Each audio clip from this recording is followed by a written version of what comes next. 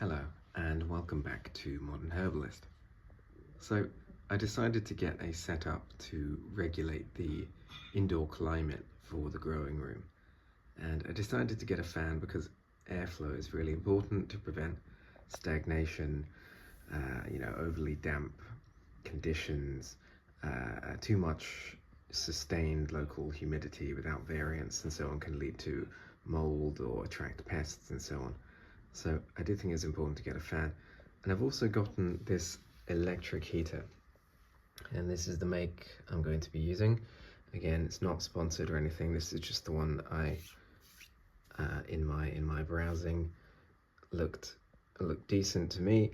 So I grabbed this one, and this is going to maintain the room at, I'm going to have it around 21, basically room temperature.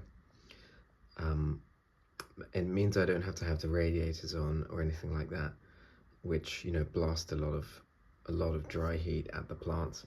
And radiators, of course, in order to heat the room to a given temperature, they output heat that's way above the actual temperature you want, and that can be very damaging to your plants.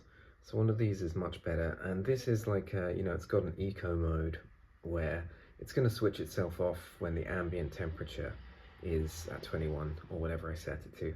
So it's going to be nice and efficient and keep the room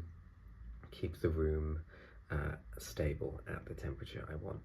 And I'm going to aim for around 21, I think, because it's a safe range for basically all the plants. The lime tree would obviously like a bit warmer, 25 plus, something like that. But 21 is going to be a safe range for everything, and obviously I have to use the room as well, so it can't be too hot. So I decided to keep it around room temperature, maybe just above 22, something like that. So we'll see how this pans out for the plants. It should be a lot better for them, and hopefully I'll see more growth, particularly on the lime tree and some of the other subtropicals.